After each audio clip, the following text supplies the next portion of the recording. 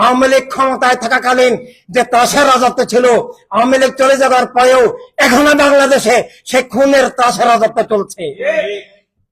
সেই ত্রাসের রাজত্ব আবার ক্ষমতায় আসলে সব অর্জন ব্যর্থ, তখন আমাদেরকে নতুন ভাবে আবার মুক্তির আন্দোলন করতে হবে। তা যেন না হয়, এই আন্দোলনের ধারাবাহিকতায় আমাদেরকে রাষ্ট্রকে একটা প্রাথমিক সংশোধনের লেভেলে আনতে হবে।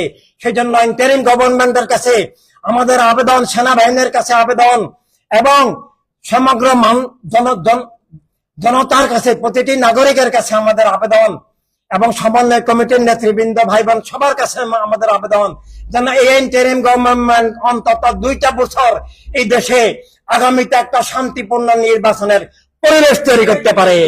আমরা ওয়ার্ল্ড হিউম্যানিটি রেভলিউশন, শেখ হাসিনার গত প্রহসনের নির্বাচনের আগে, আওয়ামী লীগের প্রহসনের নির্বাচনের আগে আমরা অনেক আন্দোলন করেছি।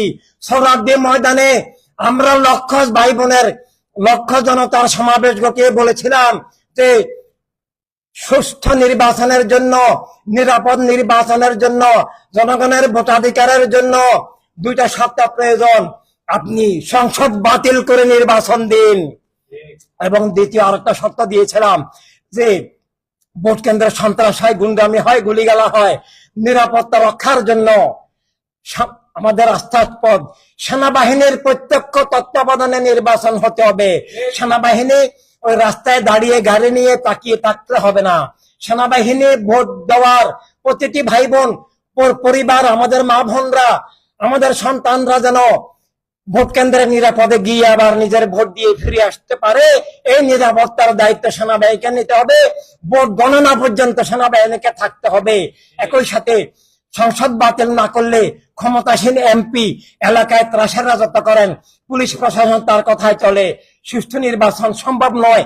আমরা এর আগের নির্বাচনে আমরা ইনসানি বিপ্লব অংশগ্রহণ করেছিলাম, কিন্তু আমরা সেখানে দেখেছি যে ত্রাসের রাজত্ব সংসদ বহাল রেখে, ক্ষমতাসীন এমপির নিয়ন্ত্রণ বহাল রেখে, সেনাবাহিনীর নিয়ন্ত্রণ ছাড়া যে ভুয়া নির্বাচন হয়, আমরা এরপর বিগত নির্বাচনে আর যাই নাই।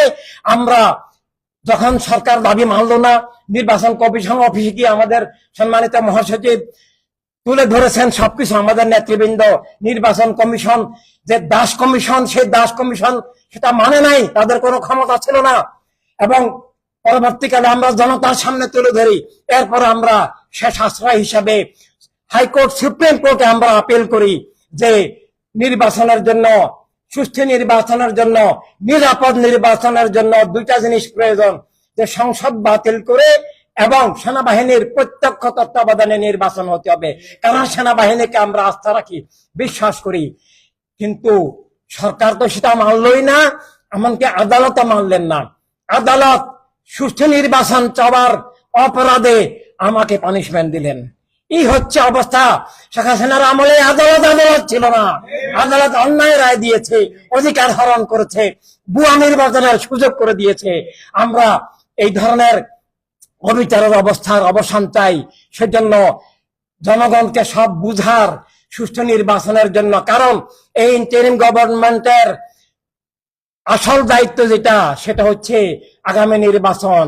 তাই এই ইন্টারিম গভর্নমেন্টের মধ্যে কোন দলীয় ব্যক্তি থাকলে সুষ্ঠু নির্বাচন হবে না। তিনি তার দলের পক্ষে দুর্নীতি করবেন, টানবেন।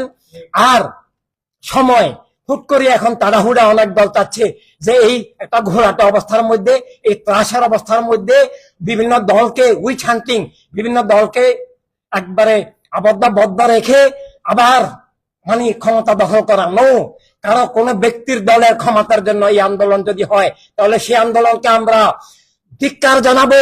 আসলে সেই আন্দোলন তার জন্য ভাই বোনরা জীবন দেন নাই। অতীতের ৭১-এর যারা জীবন দিয়েছেন, ৪৭-এর আগে পরে যারা জীবন দিয়েছেন, সবাই জীবনের, দেশের, রাষ্ট্রের, ধর্মের মুক্তির জন্য দিয়েছেন। কিন্তু পরবর্তীকালে সব আন্দোলন ব্যর্থ হয়ে গেছে। আমরা চাই না এই আন্দোলন ব্যর্থ হোক, এটা সফল হোক, এটাকে আমরা সবাই মিলে এগিয়ে নেব। এটা এই দেশের প্রতিটি নাগরিকের আন্দোলন।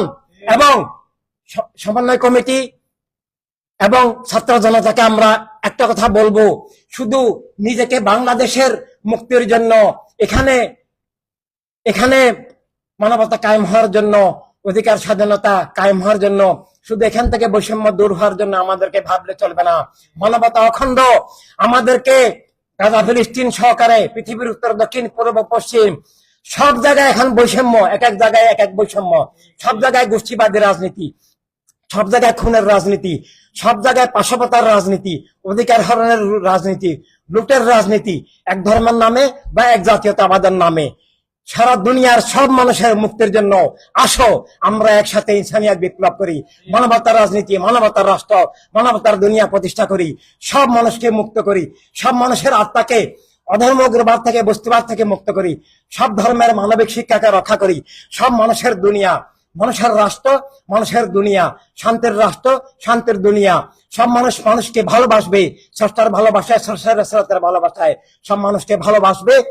মানবিক ভালোবাসা, মানবিক ঐক্য, মানবিক ভ্রাতৃত্ব, সব মানুষ ভাইবে মানবতার দুনিয়া চাই। আসো এই স্লোগান নিয়ে আমরা স্রষ্টার ভালোবাসায়, সৃষ্টির ভালোবাসাকে ভালোবেসি, সমগ্র মানব মণ্ডলীকে আমরা উদ্ধারের মুক্তির ইতিহাস তৈরি করি।